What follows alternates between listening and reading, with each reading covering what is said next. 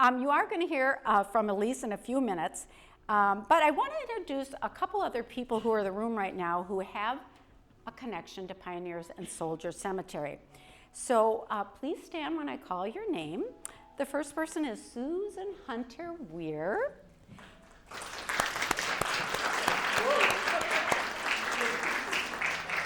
And now you can sit down, yes. Yeah. So all of you know that, if you know Sue, you know Sue likes to talk. She doesn't get to talk tonight, but come in April, you're going to hear she's going to have a presentation here at the museum herself.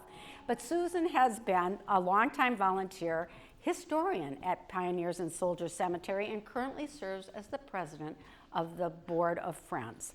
She has been researching the life stories of the residents in the cemetery for years. And it was her research that laid the foundation to Elyse's deep dive into the lives of 4 African American men who are buried in the cemetery. Their lives were intertwined with the Civil War and the Underground Railroad, and thus that earned Pioneers and Soldiers Cemetery a designation from the National Park Service as being part of the National Underground Railroad Network to Freedom.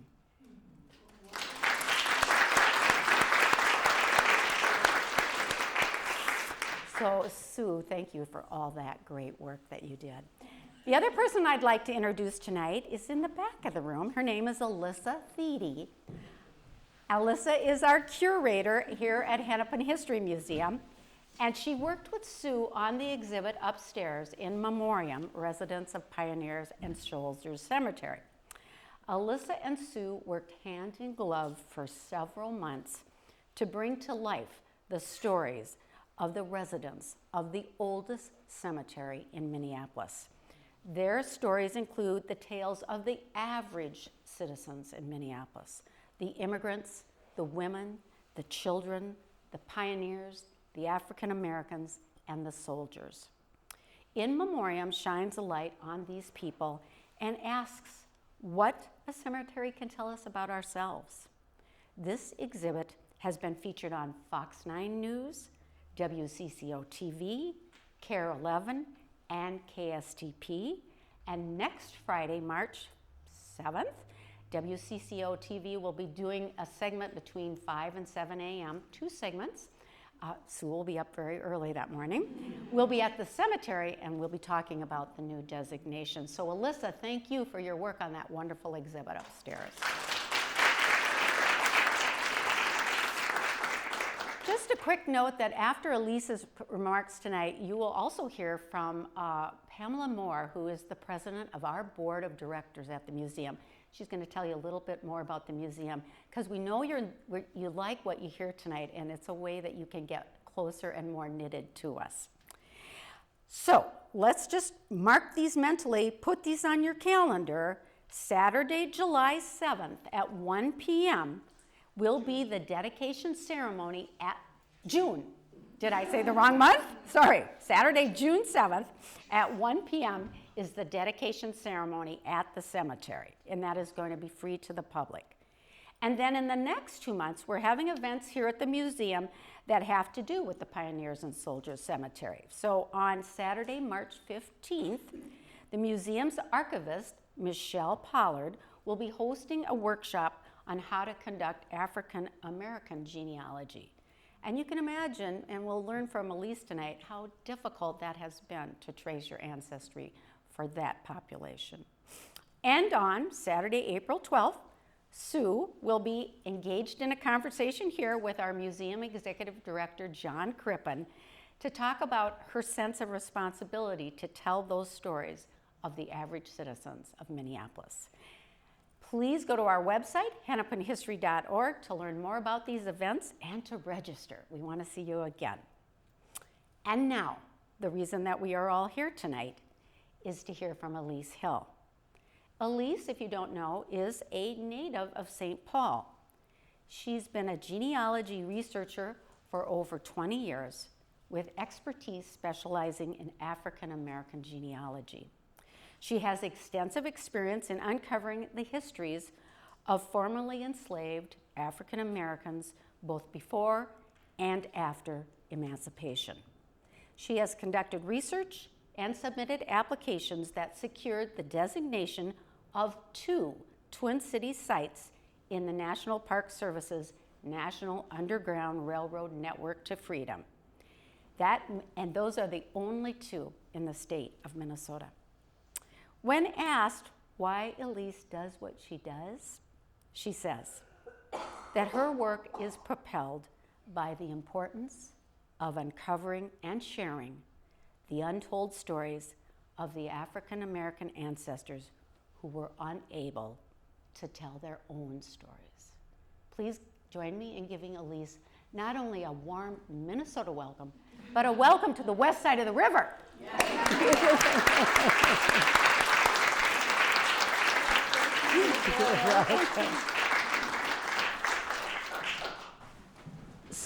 So Michelle, you want me to speak into the mic? Okay, can everybody hear me? Yeah. Okay, all right. So I'm gonna be, because I can't remember everything, like I'm getting older now, and so I need to flip through some notes here, so bear with me as I go through the presentation. So, but I'm gonna talk about the program, the Underground Railroad Network to Freedom program, as well as the research that I conducted for both, talk about a little bit for Pilgrim Baptist Church in St. Paul, and a whole lot about the cemetery and the individuals that are buried there. So, I gotta remember too to click the clicker here. So, oops, sorry. I forgot I gotta be on the slide to click.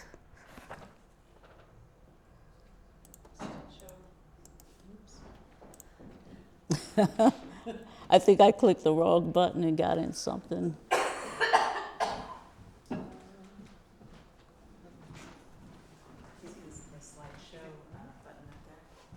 The slideshow? Oh, right here. Yeah. Okay, sorry. Okay, thank you. So what is and this is a mouthful too, so it's the National Park Service Underground Railroad Network to Freedom program, which has been around since 1998. It was signed in 1998 as legislation was passed in that year, which created the Network to Freedom program. And also the National Park Service is under the Department of Interior.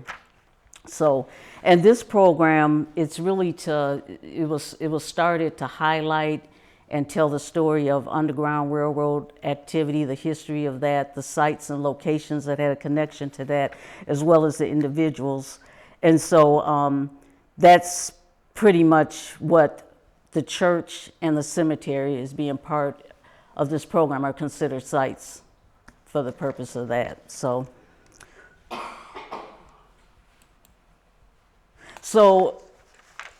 in what my thinking was before I started doing the research on this as the Underground Railroad, was Harriet Tubman and an organized type of movement of escaped slaves from a slave state to a free state, and abolitionists helping out and safe houses and all that type of thing, which it is.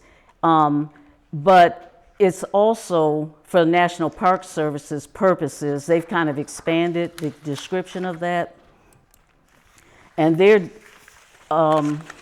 description is what's here on the screen, is that basically they're saying that any escaped slave, any African American pre-Civil War that was enslaved and escaped is considered part of the Underground Railroad. So it doesn't necessarily have to have been an organized type of activity. So that just opened up the definition of what that meant, and which also enables other different sites and things like that to be part of this program. And so this is a map from the mid-1800s that show the routes of the Underground Railroad. And as you can see, most of them are going from south, from the slave states, which are in gray, and the yellow is territories at that time. and then the free states are in the blue. And so obviously most of the movement was from the southern states up through to the northern states. But you also had some movement that was, for example, in Texas, there was Underground Railroad activity that was going down to Mexico. And actually there's currently descendants of those escaped African Americans, and there's a name for them, but they have a community in Mexico actually, and also from Florida that went down through to the islands. So you had slaves that were working on docks and ports and things like that, and they were able to escape to the islands off of Florida. So I didn't know about that. I just always thought of, coming up to the northern states like what's on the map here, but there was also ones that went down further south with that. So a lot of people wonder, well, I won't say a lot of people, I'll just say I wondered, but maybe you all did too. I want to put that out to everybody. So I always wondered, well, once an escaped slave made it to a northern state, and then we heard about them going further to Canada, why was that? Well, then I learned that this Fugitive Slave Act that was enacted in 1850 basically said that any escaped slave was considered a fugitive and could be returned back to their owner. And so you actually had professional slave catchers that were hired by enslavers to go up north and track down their escaped slaves, and they could bring them back. And not only that, but then the problem was they were picking up free persons that were, they hadn't been escaped. And if you remember that movie, was it 10 Years a Slave or something, where that, and he was caught up in that and sent down south and enslaved and all that. So obviously, since Canada did not allow slavery, then they just kept just going up further north if possible. Not all, but that was kind of the reason why escaped persons went up to Canada, even though they were in a free state. So the program, and I'll just say Network to Freedom program. I won't put all the other words in it. It consists of site programs and facilities, and the key is with a verifiable connection to the Underground Railroad. And again, remember that the National Park Service considers any escaped slave that had any connection to any site location, which includes buildings, farms, roads, bridges, cemeteries, churches, and so on, to be considered Underground Railroad activity. And this is just pictures of different places that have been included into the program. And so there was a history that I didn't know about in Minnesota, and I call it the St. Louis contraband trip. And I think that this was probably one of the first largest migration of African Americans to the state of Minnesota. And what it was is that General Hastings Sibley, and he led the military operations against the Dakota in Minnesota. I didn't even know about that, between 1862 and 1863. So of course, this was during the Civil War. He was lacking laborers because most of the young men in Minnesota were out, off fighting in the Civil War. So he needed laborers. And on April 17th, 1863, he requested contraband, and I'll explain what contraband is, from St. Louis. There was a big contraband camp there, and he requested from that military leader there in St. Louis, contraband, African-American contraband, to come to Minnesota and work as laborers at Fort Snelling. And at the bottom, you can see here, and this was actually the telegram that he wrote, he said, "Teamsters cannot be obtained.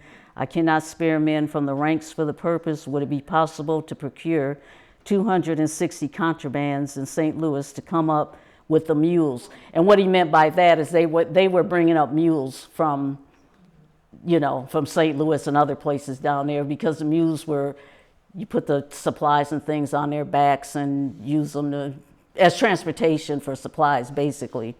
And there's an excellent article that was written by Stephen E. Osmond. I don't know, some people may be aware or know of him. And he wrote an excellent article called General Sibley's Contraband Teamsters. And it's available through the Minnesota Historical Society. And he talks specifically on this subject about the whole, how this all came about with Sibley requesting the contraband and all of that. Is really very interesting. Like I said, I didn't know about that part of Minnesota history. And so Okay, so what is a contraband? And so that's a term used or was used basically for any enslaved individual that could make it to Union lines. So although the South had the Confederacy and their soldiers down there, you had Union activity down there, and if a enslaved person could make it to those lines, it automatically granted them freedom, and they were considered contraband of war, and they weren't to be returned back to their enslavers. So basically, they had safety in that, and the individuals I'll be talking about at the cemetery were all contrabands, and I'll tell the story about how that all came about for them. And so the Second Confiscation Act of 1862 expanded that that persons that, or I should say, escaped slaves that were considered contraband, that they were forever free once they came under Union control. And basically, these were individuals, because they considered any slave owner as supporting the Confederacy. And so they were like the enemy, and basically their property, if Union troops could get a hold of that, and slaves were considered property, then they were automatically granted their freedom. And so the St. Paul Pioneer Press between May 6 and May 17, 1863, published a series of articles where they talked about these contraband trips. And it wasn't very nice. It wasn't like it was an open, welcoming, thing for these individuals to come. That they estimate that there were about 200 to 300 African-American men, women, and children that arrived at Fort Snelling. And they were transported up on a steamship called the Northerner. And the majority remained in St. Paul, and they had other groups that were sent to Duluth and the cities of Hastings and St. Peter. And many of them that stayed in St. Paul did labor at Fort Snelling. And out of that group, and also I couldn't find where exactly, how many trips were actually made. Some say it was 2 and some say it was 3, but I never found where it specifically said how many of these contraband trips that came from St. Louis. So, but with that many people, I'd say it probably was at least 2 and maybe even possibly 3. But included in those individuals that came up were 100 men that enrolled into the U.S. colored troops at Fort Snelling. And I'll talk more about the U.S. colored troops too. So when I kind of needed a break from genealogy research, I wanted to do some history into the African American history. I wanted to do some research into the African American history of Ramsey County, where I was born and raised, that I had never, while living here, even had a thought about. And it's so ironic because this church, Pilgrim Baptist Church, I grew up the street from that church. And I remember that church as a child, and I didn't attend the church, but I just remembered it there. And I said, I'm going to find out the history of that church, and come to find out that it was founded by escaped slaves. And so, how do I go back again? I'm sorry. Oh, that's right. Thanks, Michelle. Oh, backspace. You think I know the keyboard. Okay, sorry about that. And so, so this is a picture of Reverend Robert Hickman, and he was the founding pastor of this church. The church was founded on November 15th, 1866, and this is not the original church. This church building was built, and this is the one that's down the street from where I grew up at, in about 1915. The original church was located in downtown St. Paul. And the story had been that Robert Hickman, well, there's all kind of versions too, but basically that him and I don't know, 25 other people, they got on this raft and they got on the Mississippi, and they were aimlessly floating around, and Union soldiers found them. But that story has kind of been debunked really by Stephen Osmond's, by Stephen Osmond's article, where he just explained how that was just not really possible during fighting going on with the Civil War and all that. So his conclusion is that Hickman and the rest of the individuals with him, the rest of the founders, that they were part of this contraband from St. Louis. And so I wanted to find out myself more information about Hickman because I hadn't read anything about who enslaved him. I just knew that I just read, I should say, that he's enslaved in Missouri. So anyway, I started doing some research on him, and I found, not only did I find the name of the enslaver of his wife, but of him, but also the enslaver of his wife and children who lived on an adjoining plantation. And I found probate files for both of these enslavers, and they actually named Robert Hickman, and he was appraised at about, I don't know, $800, something, which nowadays that's like $50,000 or something like that.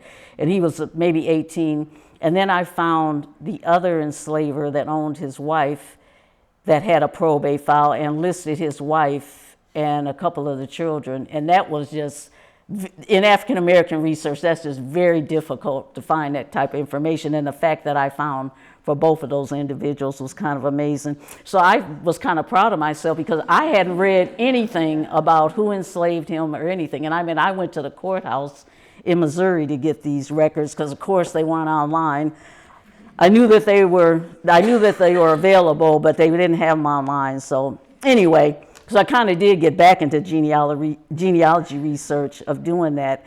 And the only, that I found, the only documented source that kind of confirms that they were part of the contraband is that in about 1930, they interviewed Robert Hickman's son. And at that time, the son was maybe about 70 years old or something. He said, because he was part of that trip, and he said, basically that, talked a little bit about how they all, under the cover of darkness, went and got on this. He says it was a raft, but at the time he was like 2 or 3 years old. So you kind of, you know what I mean? And then plus now he's 70. And so, but he did remember some details of the trip and coming up, little bits and pieces and things like that. So that was kind of interesting. And I found that interview at the Minnesota Historical Society, because actually they had done interview of several formerly enslaved persons living in St. Paul. I don't know what kind of project or whatever it was going on back then, but that's where I was able to find that from. Okay, so now we get to, so these are pictures of the cemetery, right, Sue? Make sure I got the right pictures. And so, so let me back up. So because the church had a verifiable connection to the Underground Railroad, Network to Freedom, I took my research, put it into an application, applied for this church to become part of this program, and it was approved. And it made that the first site for the state of Minnesota to be in this program. So after that happened, I felt like it was my mission. I'm like, anything that has, I'm on a mission going out here trying to find any other place that I can find such as that to do an application for. So before I had started doing research on Pilgrim, I was looking at these U.S. Colored Troop soldiers that had enlisted at Fort Snelling. And some kind of way I came upon Sue's cemetery website because there were a couple that were buried out there. But then I got diverted to William Goodrich, who I'll talk about in a minute. And so after I finished with Pilgrim and now I'm all hyped up and I'm looking for other stuff in Minnesota, I said, that cemetery, I talked to her about that would qualify. And I emailed her and I told her, I said, Sue, I told her all about the program and all that. And the thing is, you have to get consent from the owner. And so I said, Sue, are you the owner or can you sign? Because she just knew so much about, it and everything. And she said, no, but she facilitated in the city of Minneapolis, right? Or was it Hennepin County or? City. Okay, the city. And they granted me permission and said, yeah, you can submit an application, and that's what I did. But in doing that, again, I have to have that verifiable connection. It can't just be, Elyse said it has to be something documented. So once I had the permission, I went to work on it. And so I started with William Goodrich, and there is a lot of information about him online, in addition to information that Sue had on the website. So just him alone would have made the cemetery eligible. But, well, I'll talk about him first. So he was a, oh, I keep doing that. Okay, so he was an African American abolitionist actually involved with organized Underground Railroad activity in Pennsylvania. So he was born enslaved in between 1805, 1806, somewhere around there in Baltimore. And then when he was very young, about 6, he was sent to York, Pennsylvania to apprentice this individual, Reverend William Dunn's, at his tannery. And Dunn freed William at about the age of 16. And between 1821 and 1823, William married a woman from Maryland named Emily. I wasn't able to find much information on Emily. I don't know if she was had been also enslaved, or if she was a free person of color, as they called them at that time.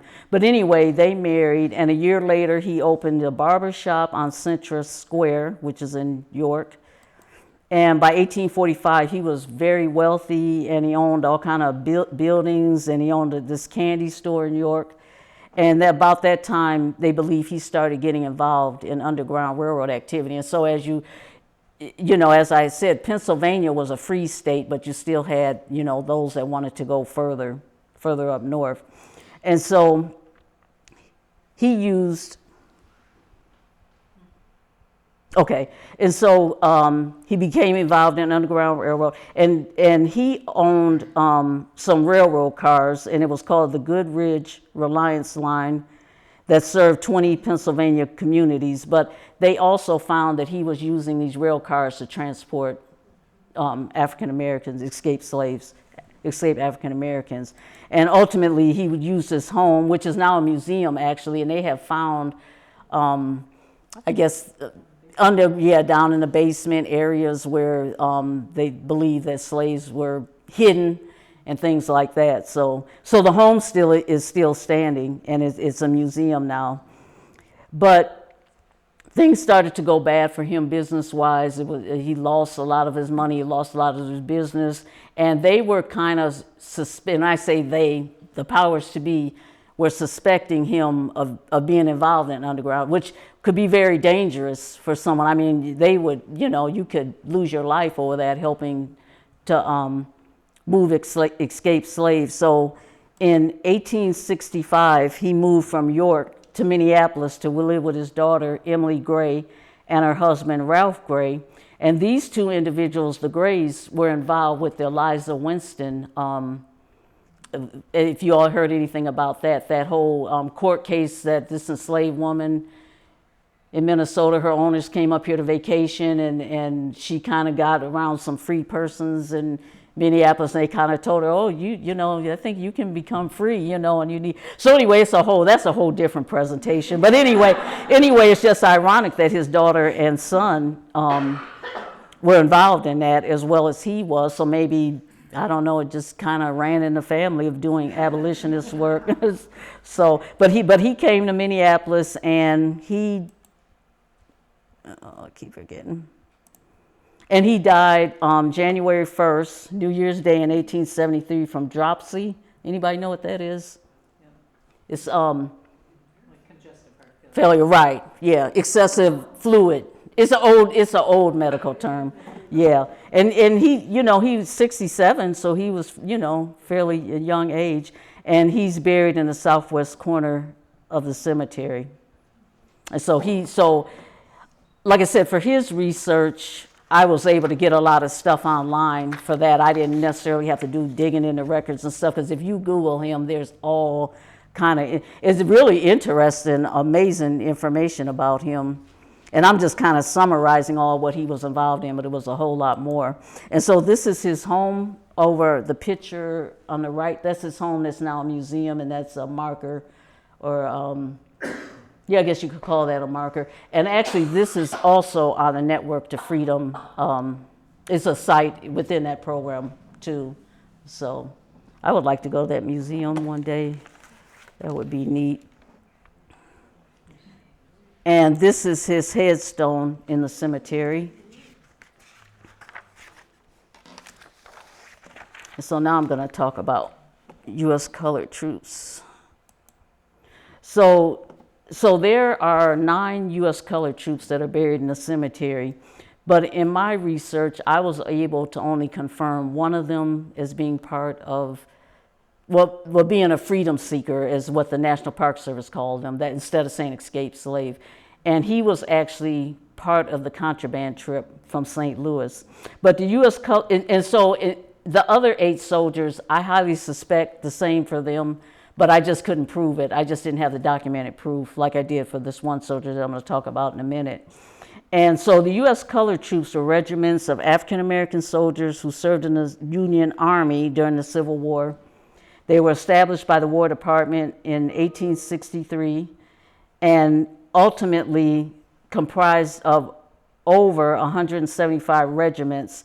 And it was a total of about 200,000 African-American men that were soldiers. And the estimate is that more than half of them, almost all of them, were escaped in some kind of way. They were escaped slaves because, again, you know, they connect themselves to Union troops and they become contraband and become free and all of that. So, and they were commanded by white officers. The U.S. colored troops were. And if you remember the movie Glory, those were U.S. colored troops at 54th out of Massachusetts. So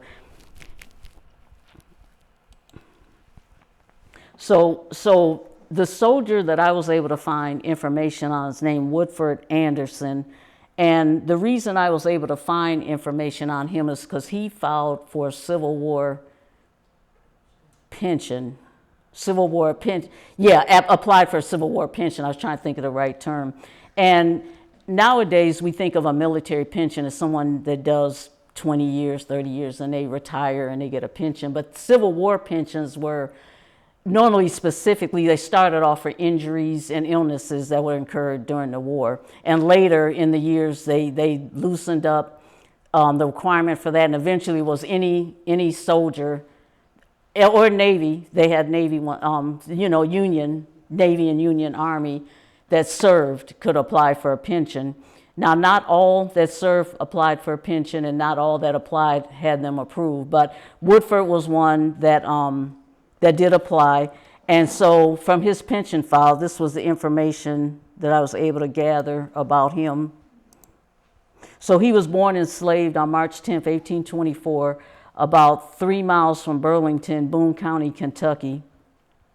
And all of this is what he said. So let me back up too with the pension. So basically, and it's the same now, anytime you're asking the federal government for money, you gotta do a whole lot of stuff. And so if you can imagine back during these times where you didn't have, now we can, to prove who we were born to, we can show our birth certificate, we show our social security card.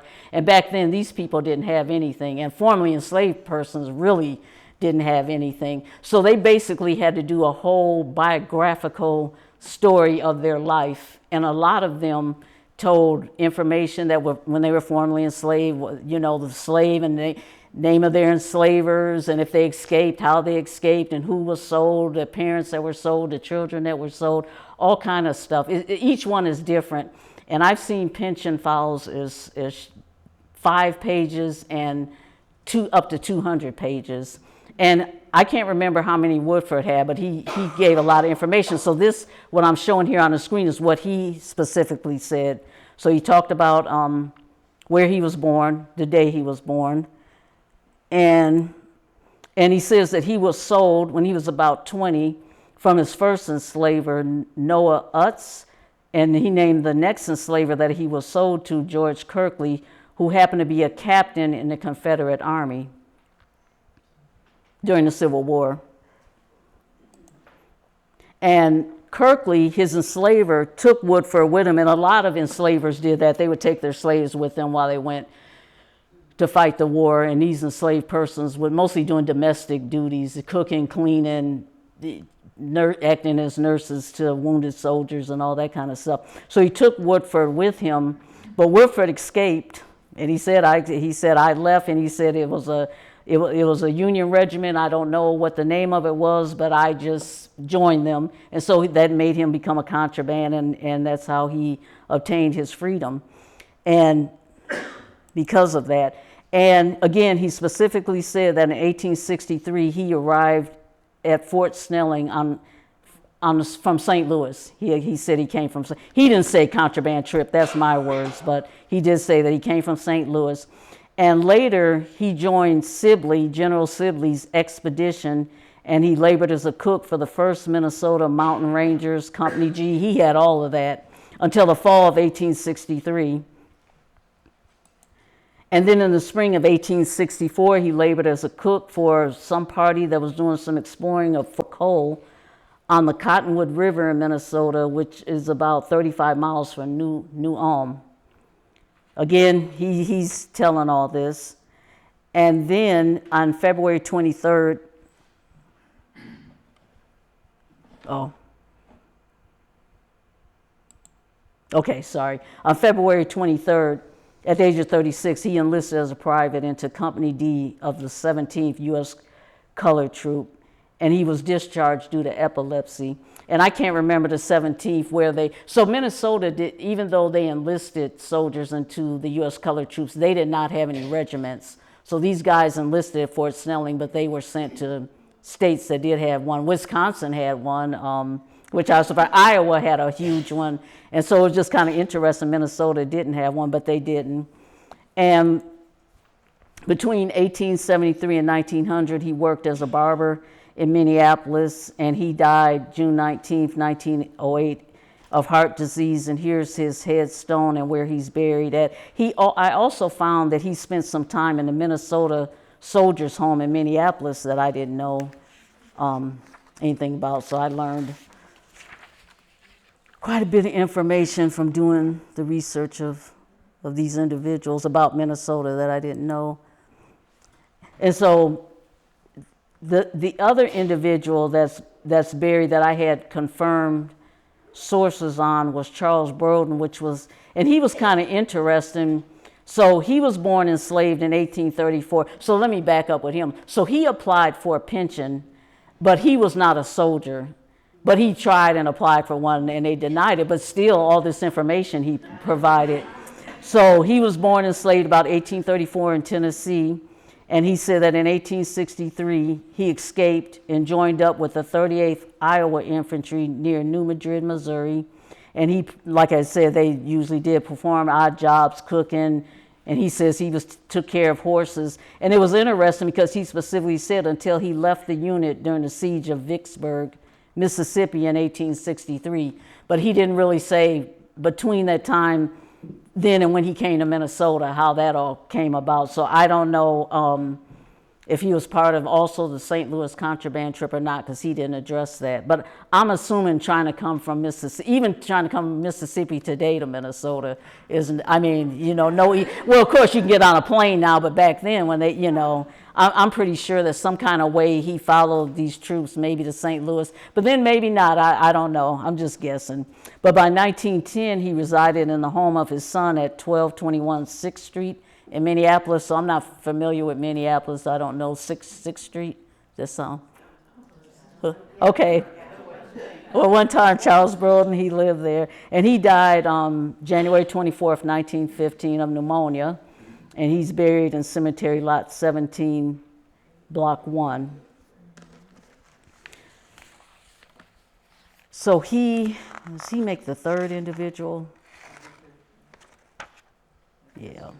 Yeah, so Hester's next. And so the fourth, is this the fourth individual? This would be the fourth individual that I found information on. And really, I found most of this, well, I shouldn't say found, I retrieved a lot of this information from Sue, because she had done a lot of interesting information on Hester.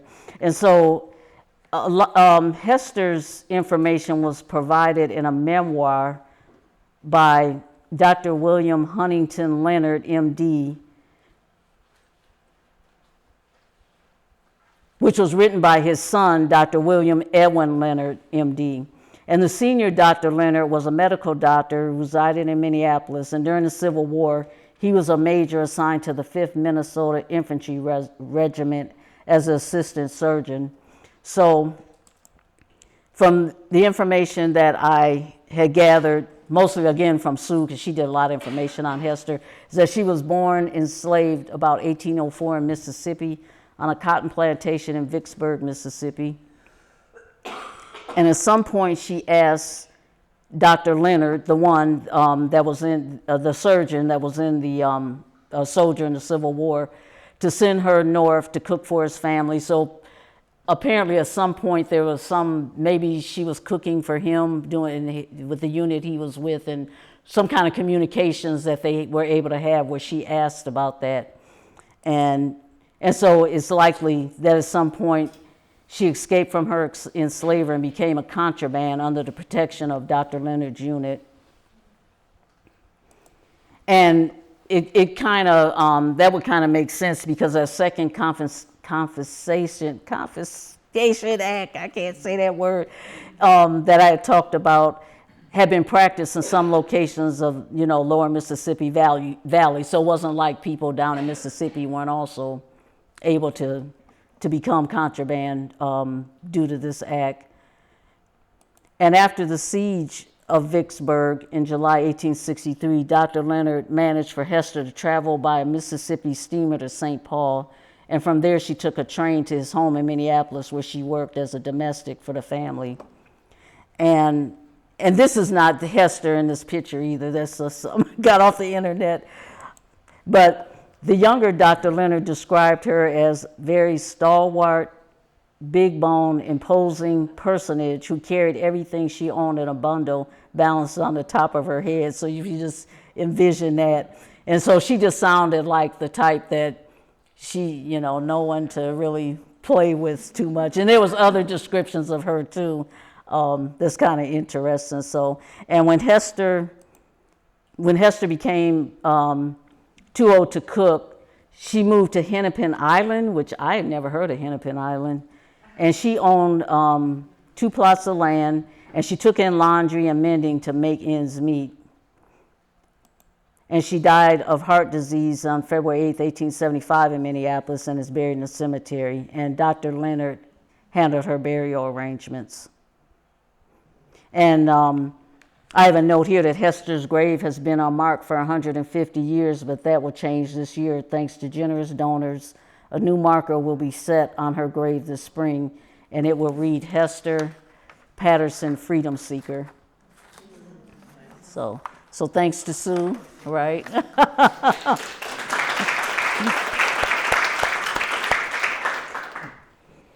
And so this next individual here, now, he was not one that I could find any documentation on that confirmed he was part of the contraband, or that he was born enslaved in Virginia in 1846.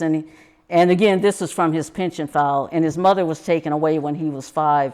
And he enlisted into the U.S. Colored Troops in Baltimore. But I was not able to find, he didn't, because actually his widow filed for the pension, not him, which she was entitled to do. And so she didn't have a lot of information about his, if he was escaped slave or much about him. So, but he was at one point enslaved. But the reason that I even want to show this picture is that out of, I don't know, thousands and thousands and thousands of Civil War pension applications, I don't know, maybe 2% have pictures of the soldiers. And when I got this application, I saw it, I said, Sue, guess what? We got a picture. So I just thought that was neat, about him. But again, I could not confirm him as having been a contraband, haven't been, because even though he was born enslaved in Virginia, he may have been manumitted, he may have been freed, I don't know. But that's his picture that was in his pension file, and then that's his headstone out at the cemetery. So, I keep doing that. Okay, so this is a picture of a map that shows, and this is kind of just the Midwest, the sites that are designated within the Network to Freedom program. And when I first saw this, and of course none was in Minnesota, and you can see all around Wisconsin has a couple, and Iowa has several, and Omaha and all that. So finally Minnesota has 2. that I was able to get on the map. I was able, right. And so as soon as they redid this map and added, because I kept saying, when are you going to put Minnesota on the map? And so finally they put the 2 dots on there. So I took a picture of that and saved that. So I'm proud of that. And the Network to Freedom has if you were into Facebook, they have a Facebook page that you can look up, and they highlight the different sites, and they talk about the different stories that go with that. And like I said, we're talking about churches and bridges and just all kind of different sites and all kind of different stories all over the U.S. that they have these sites listed. I forgot to say how many they have. I think they have about 800. Oh, I didn't get right there down. I think they have about 800 sites in the U.S. I think they got a couple in Canada, and they have a couple in the islands, in the Caribbean islands. They have a couple of sites listed. So sometimes I just go in there and I just read the stories about the other sites. So they haven't talked about the cemetery yet, but like I said, every few weeks or something they highlight a site and talk about it, but I haven't seen that yet for the cemetery. They did for Pilgrim. Yeah, they did for Pilgrim. Talked about that site. And so Rosella's already talked about this, that there's going to be an official dedication ceremony on June 7th at 1 o'clock at the cemetery, which is Saturday. Public is welcome. And like she had mentioned, grave sites of the 4 individuals connected to the Underground Railroad will be marked. So that'll be Hester, Woodford Anderson, Charles Broden, and William Goodrich. How the hell could I forget him? I just went blank. So, and I plan to be back in June to be at that. They keep bringing me back here, but that's okay. And hopefully a representative for the Midwest regional section that handles the Midwest will be able to attend too from the National Park Service. And so I just want to say, I want to give a big shout out and a big thank you to Sue and Tim McCall, who's not here, because if it were not for them, I would not have been able to submit an application. I just wouldn't have had. I think Sue knows everybody buried in that cemetery, right at the 2,000 something. 22,000. Okay, yeah, and I think she knows who all of them are. But seriously, if it weren't for Sue and Tim, they did some incredible research on people out there. Have a whole lot of information, and so I just want to thank her because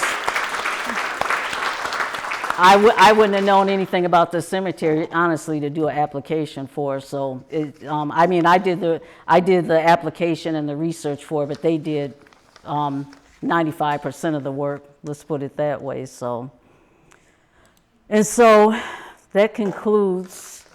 And I know I have a tendency to talk real fast and forget stuff and all that. So, if I didn't make something clear, or if anybody has any questions, now's the time to let me know.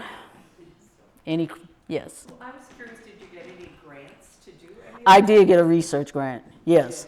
Uh-huh. And then my other question is, what are your plans now? What's going to be your next one? Just do some more in Minnesota. There's other cemeteries I know of that have individuals contraband buried in, and I'm just kind of keeping up a list.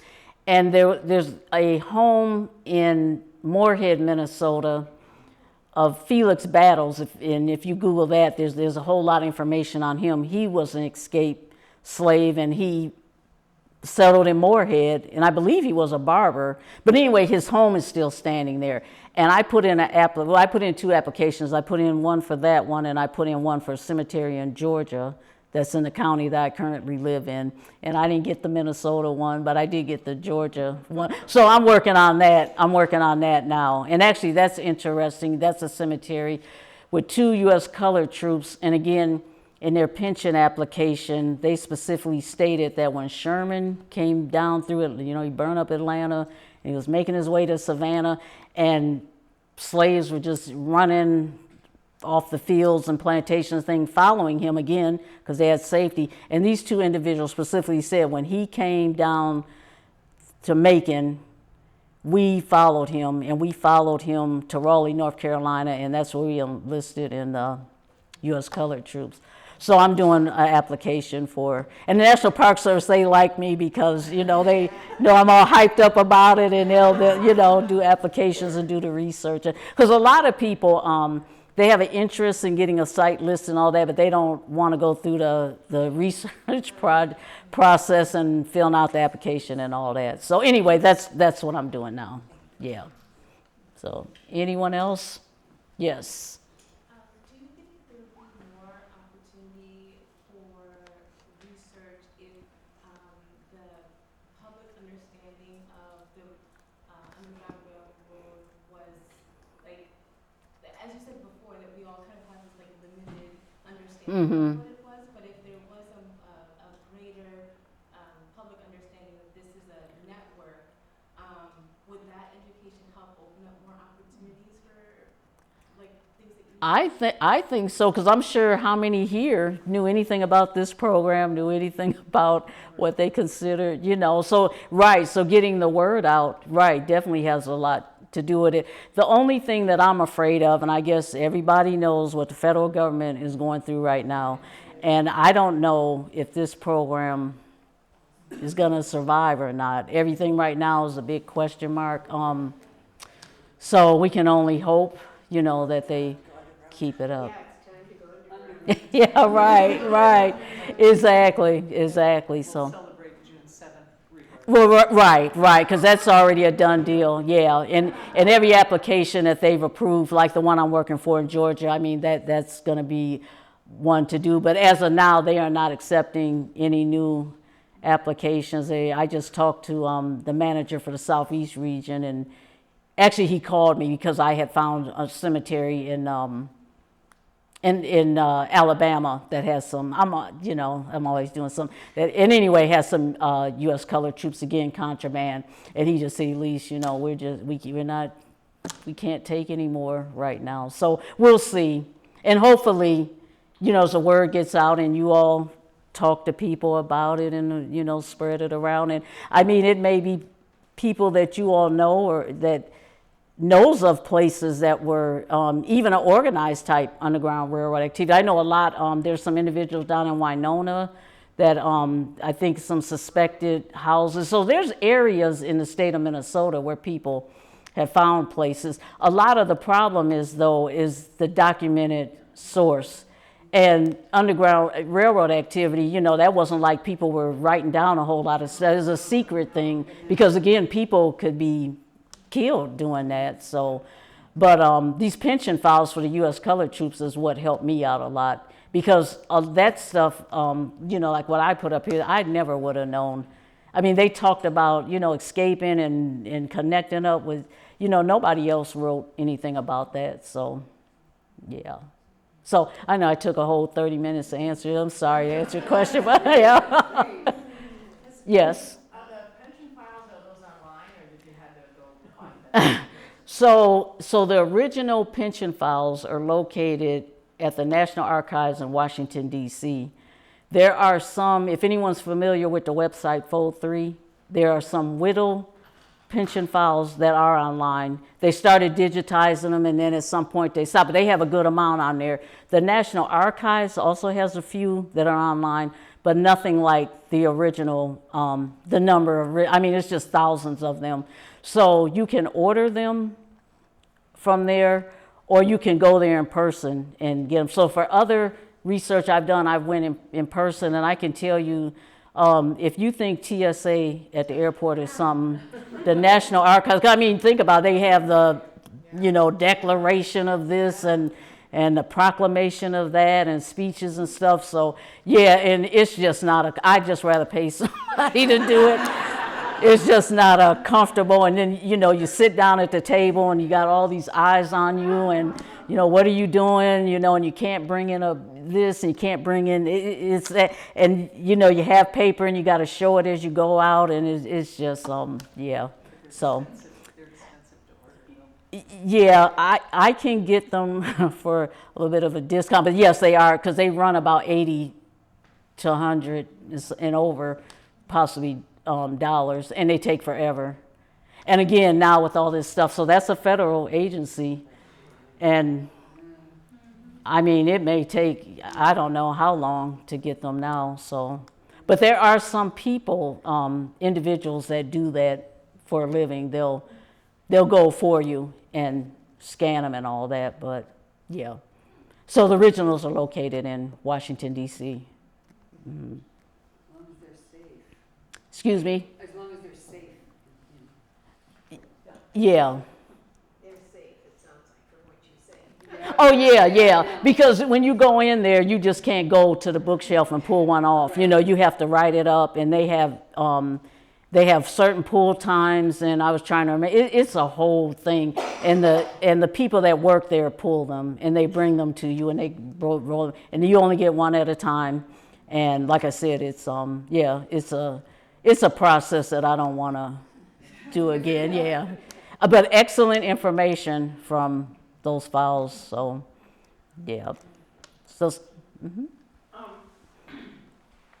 don't know how many soldiers are on your list from Fort Snelling. I know that there's been said there are like 106. so I have a spreadsheet, and I have up to about 125 that You do. well, okay, let me back up. That enlisted at Fort Snelling. Now, you're talking about how many are buried out there, or? No. Oh, that enlisted, okay. You have 120. I have 100, yeah, yes. So if they file for a pension, Mm-hmm. if we got widows' pensions and soldiers' pensions applications, it would cost in the vicinity of $10,000 Yeah, just to do. but if there's some generous sponsor out here that want to sponsor me, I was actually trying to, well, that's on my things to do list, is to try to get funding, because I would like to do that, and I would like to have a website, and, Legacy money is Minnesota. Oh, yes. well, so let me tell you the problem that I have, because I'm not a Minnesota resident. I can't apply for, It would matter.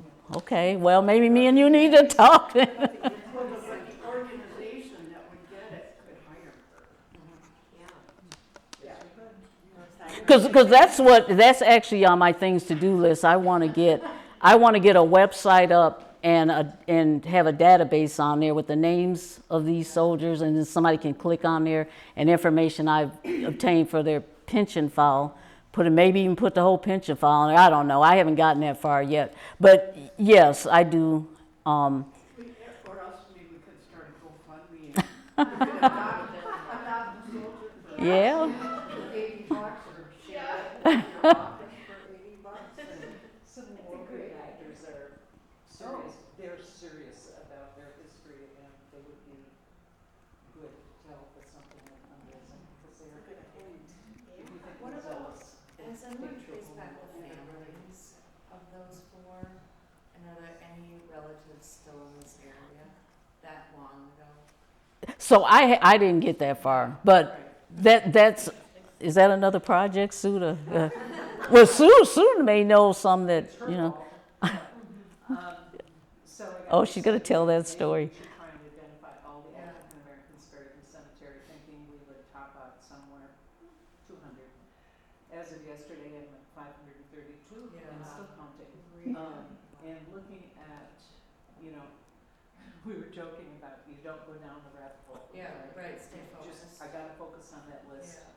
But clearly, we want to be looking at local churches, St. Peter, St. James, Zion, because yes, undoubtedly these folks are gonna have. Oh, is it time for me to go? Hester Patterson, Okay. probably not, but What time is she it? was a gold mine in terms of history research. Finding what we did on her was. Oh, okay, so I didn't go too much over. Okay.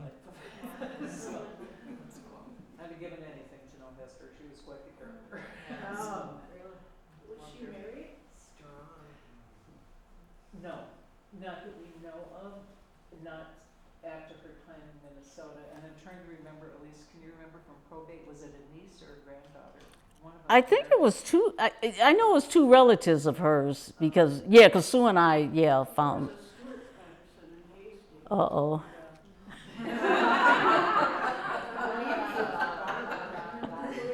Tell me that again in about 2 months. Track that one down. Yeah, that would be nice. Can I get one last question? Okay. In your research and your themes, history, but as you're looking to today and this renewed conversation of citizenship, how that may or may not apply to black folks, how do you see that conversation evolving? And maybe some patterns of the past, and maybe some issues of right now and present. So when you say citizenship, so what do you mean? Yeah, so when you use the word contraband, Uh-huh. like that, right? I mean, history has some ways of repeating itself at times. Are we approaching maybe a time where, there's a revision of what citizenship really means for the modern day? Mm-hmm. Black people in America. Could be. I hope not. I don't even know, how to answer that. I don't know. We could require the I- president to take the citizenship test. Yeah, Those 13 original colonies. yeah. I hope not, but I just do the research. I don't know, yeah. But I see what you're saying. Just almost saying like to go back Well, yeah, to. I mean, it's possible, anything. Well, yeah, right, right. All I can say is I hope not. All right, everyone. Elyse, thank you so much for your. Thank you. Thank you. I felt like I went 200 miles a minute. Everyone, my name is Pam Moore. Oh, I'm sorry. I'm the president of the board here at the Hennepin History Museum, and what a gift for us to have this evening, to have her amazing research and the opportunity to hear from her and have her give us this amazing, your brain, your time, your energy, your effort in putting all of this together and then coming back to Minnesota, as you do and have been for so long now, willing to share this with us. So thank you so much. You're welcome. It is a gift. So. You're welcome. Thank you. And also, it is a gift to have Sue to be connected with us and have so much time and energy putting into this exhibit that we have. So if you haven't had the opportunity to go upstairs and see the exhibit, please take the time to go upstairs and do that. As the president of the board, it is a pleasure for me to be connected to this organization and to work with such an amazing staff who are here, John, Alyssa, and Michelle, and Rosella that you heard from, and then a few other folks who aren't here. But it is truly an honor for me to be part of this organization. And so for those of you who are connected to us and who are members, thank you for being members. Those of you who this is your first time here, welcome. And those of you, I want to give this as a formal invitation to join us and become members. Please see what we're doing. We have wonderful folks like this who are connected to us and are helping us tell the story of Hennepin County. There are so many fantastic, wonderful stories of Hennepin County that we get the opportunity to share. And so we want to make sure that we continue to have the opportunity to do that through memberships of wonderful folks like you. So please join us. And thank you for being here this evening. And please take a look at the different exhibits that we have going on here. And then please check us out online so you know what we're doing in the future. So thank you for being here.